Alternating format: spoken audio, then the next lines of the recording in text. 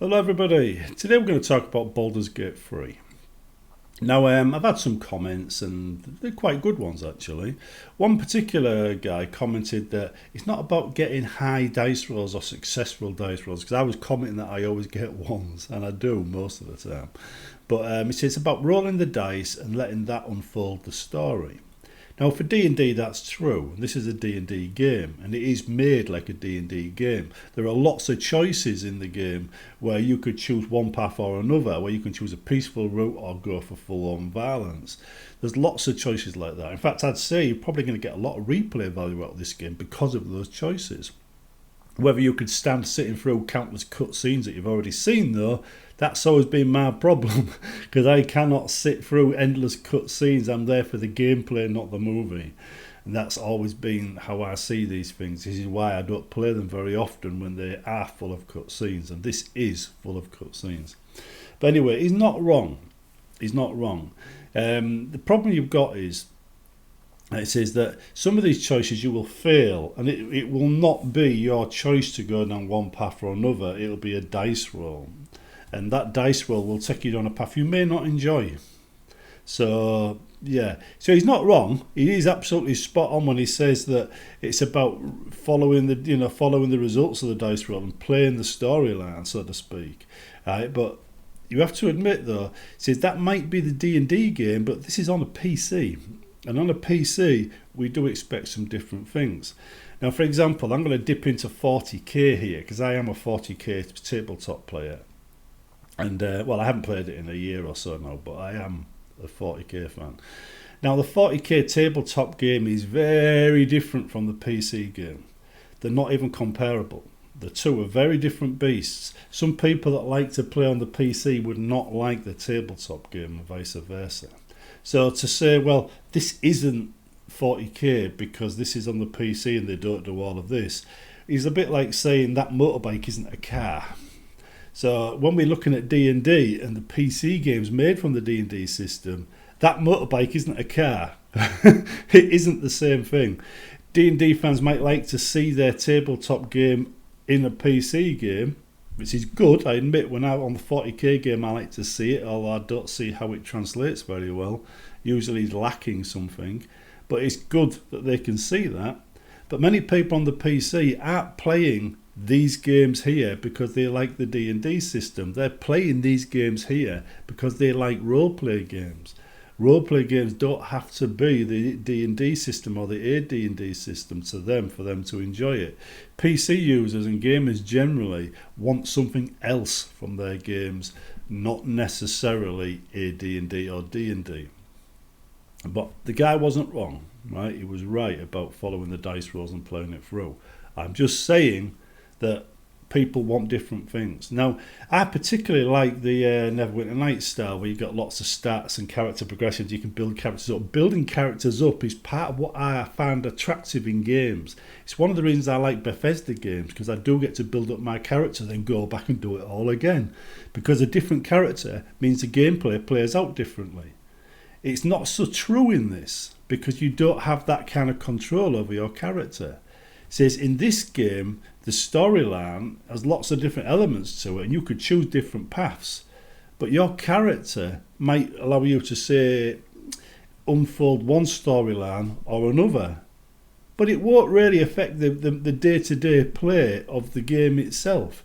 Whereas if you choose to be a mage in say, Skyrim, or a barbarian, how you approach every single action is going to change. And it's going to affect what you can and can't do. In this, there's always a way around everything through dialogue options and other things like that. I mean, I've been in situations where you just can't get past the door because you're not a thief. This is still true in this game, and I suppose a lot of things are still true in this game, but it's not the same. It's not as in your face as it is with games where you've got character building involved. They're much more hyper-focused.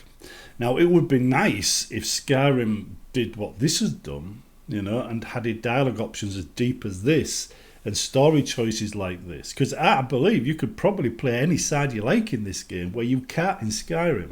The only thing you're doing in Skyrim is you're playing the Dragonborn, and that's it. But the characters, the way you build a character, it brings you back again and again and again.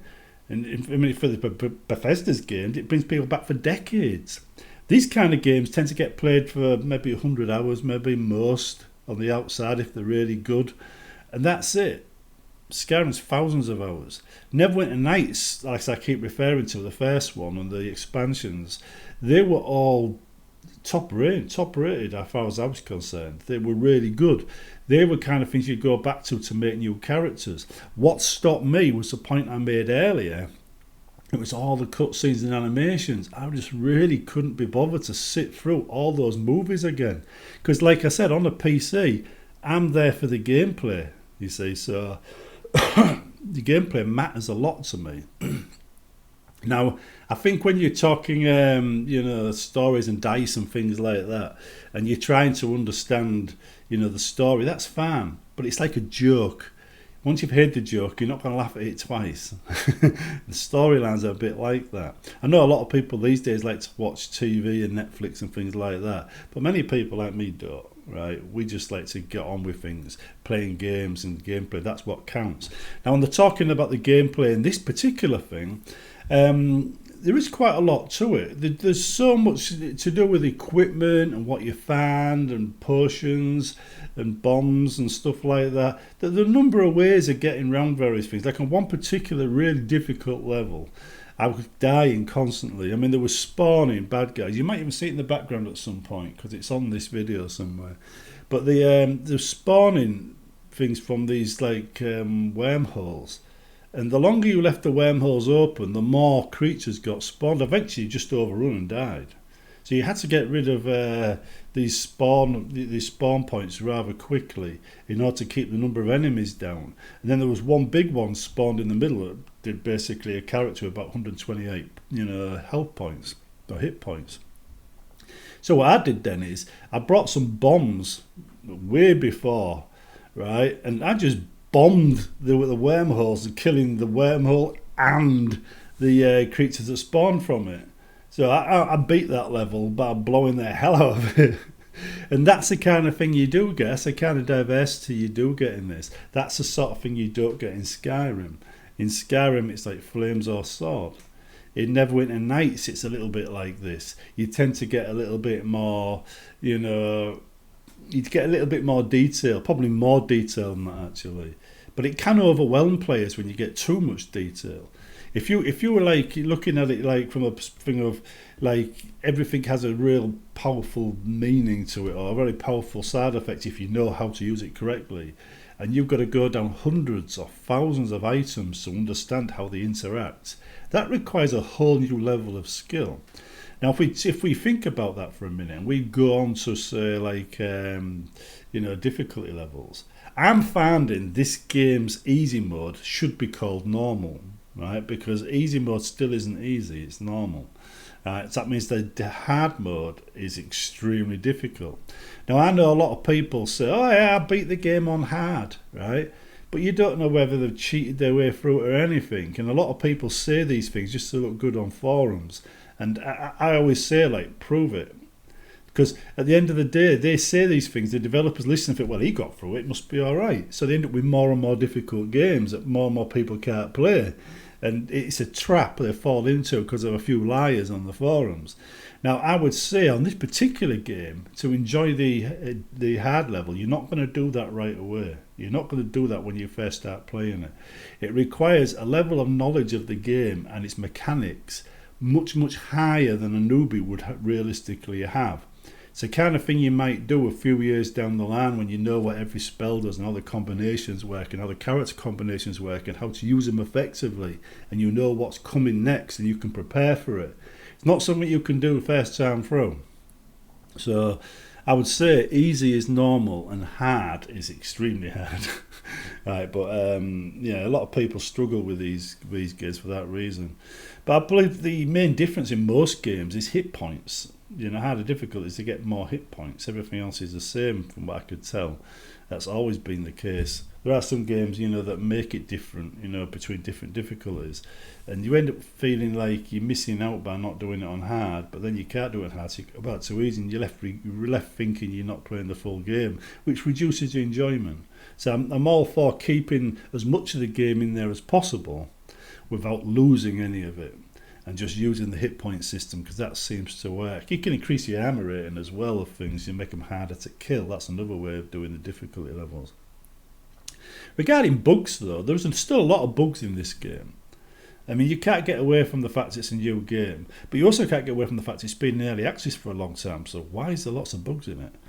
I mean, didn't they allow time for bug fixing? I mean, I've had a few hard crashes with this, and things where the interface just stopped working. I could run around the level and couldn't do anything. It's a regular thing. I mean, at least twice a day when I'm playing, it happens to me. I'm using an Intel system, with an AMD board. I think some of them is an AMD related. I think when its screen goes black, that's AMD. I'm pretty sure of that. So that might be why I'm seeing some crashes where other people aren't. But I'm going to have to keep an eye on that. But I am fully up to date with the AMD drivers. I think it's 11.7.2 I'm using. I might be mistaken because I haven't really looked at it recently. I've been updating and just carrying on because they've been alright. Anyway, game-wise, it is a great game. I mean, let's face it is a great game. It's entertaining. There's lots of stuff going on. The battles are very tactical. There's enough depth there, to make the battles really interesting. When you have to replay it over and over again, it might get a bit annoying and frustrating, but it isn't as frustrating as some games I've seen in the same situation. If the whole thing was very linear and all you had to do was do the same routine until you eventually beat it, then yes, it would be boring. But when I've been losing on levels and have to reload and start again, I've tried something completely different each time. And you can do that on this. It does allow for that. It's got that kind of depth in it that means you can get away with a complete change of strategy, even from the same save. I do find, though, that sometimes things will unfold your way for half the battle, and suddenly a creature will appear, bang, bang, bang, bang, bang. Half your men are like on the last few points of health, and that's it, you've lost, right? And there's nothing you can do about predicting that the first time you come through. The second time you come through, you can start planning for it. But that's the problem. If you're playing one of these games and prior knowledge is a requirement to beating a level, then they've done something wrong. It shouldn't be about prior knowledge. It should be about skill. Now, if something comes up and it just lays waste to your full characters, that's a sign the difficulty level is way off. And that has happened a few times. I've still managed to claw back a victory, but my men have been so badly beaten up, I've had to rest in a camp. Now, they say there's actually an achievement where you camp so many times, right? And, you get it, and it's ridiculously low. I mean, I had to camp loads of times to restore my health, so I get an achievement for camping a couple of times. That was like, what? You achieved it by resting? So yeah. But overall, though, it is a great game, and the strategies involved in the battles are quite good, and you can explore everything, which is kind of what you want to be doing, exploring, digging deep. But I have noticed as you get into the game, crates are more and more empty. There's less and less things to find. They seem to have got a bit bored of the level design by about Act 2, and things are starting to look a little bit more Obsidian-ish in the fact that you just nothing there to collect. But Bethesda do the same thing. They start out with meaning really well with lots of dialogue options, and then about 2 or 3 hours into the game it all dries up and you're just left with hacking and slashing. So, but I do miss these kind of games. I've been playing, the other Larian games as well for a while, and they are the best on the market right now. But they are still a long way to go. But I would say Baldur's Gate represents a leap forward for them. They've actually done quite a good job on this, and this is better than the Divinity games.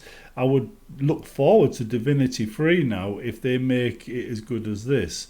Although there's so many options in this particular game that I would think, they'd have to step up a little bit on Divinity 3 to pull it off. But anyway, we'll see. In the meantime, I'm going to head back and enjoy this game. If you haven't got it and you do like RPGs, it is worth it. But it's not the character-driven game that PC users expect. It's the character-driven game that D&D users expect. So if you're a PC user more than a D&D user, you may be put off by it. I would say don't be. It is still a good game. It is still worth playing. You will not get the character progression you want from it, right? Because it's not that kind of game. You will not get to develop it in the direction you want. I mean, the D&D users might disagree, but they've got a vastly simplified game. Let's face it. These developers, these board games, do this every now and again. Like Games Workshop, they'll dump down the whole game so experienced players will feel a little bit like they're playing something for 5-year-olds. And they did that when I was playing first edition Rogue Trader, and then second edition came out and it was a box with the rules vastly simplified, and you couldn't do half the things you used to be able to do. And I thought, what the hell? It's kind of like that. And they do the same thing with D&D. They do the same thing with BattleTech. It comes around all the time. Right now, they're in a simple stage. I think it's a way of bringing in new fans to a game that's been out a while. Then they slowly make it more complicated again. And then rinse and repeat. But they pick the games that come out for the current edition tend to follow the current edition's rules. So if they are simple, then the game's going to be simple. And right now we're in a simple phase for a simple generation. Sorry, but it is a bit like that. I've been finding that about PC games now for about 20 years. They're getting easier and easier and easier. Anyway, I'll see you later. Like and subscribe. Tell me what you think in the comments. Remember, as long as you're not being rude or making things personal, all comments are welcome. If you are doing that, there's an easy solution for that, you know. Anyway, I'll see you later and have a good one. And if you've got the game, enjoy it.